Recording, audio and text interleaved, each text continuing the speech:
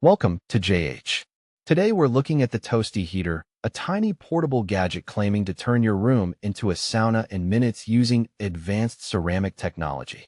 Because apparently, regular ceramic wasn't sci-fi enough for their marketing department.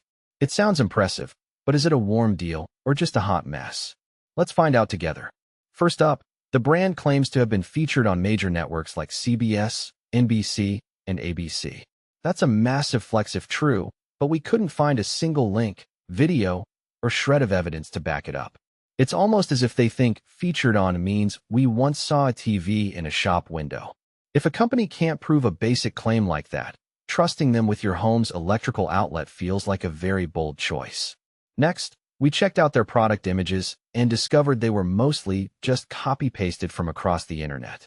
It's essentially the brand equivalent of using a celebrity's photo on a dating profile and hoping nobody notices. Real brands usually take their own photos to build trust, so seeing a collection of recycled stock images is a red flag big enough to cover your radiator. Then there are the performance promises. They claim this little device can heat a whole room in minutes, which is adorable. If you've ever used a tiny plug-in heater, you know it has about as much power as a hairdryer with an attitude. Expecting this to outperform a standard 1500W heater is like expecting a golf cart to win at Formula One. It's just not happening. The sketchiness continues with their customer support. They list a physical address on their site, which seems professional until you realize the address was actually stolen from an entirely different website. Nothing says reliable business, like not knowing where your own office is located. If the product breaks, you'll be sending emails into a digital black hole while your heater serves as a very expensive paperweight. Finally, let's talk reviews.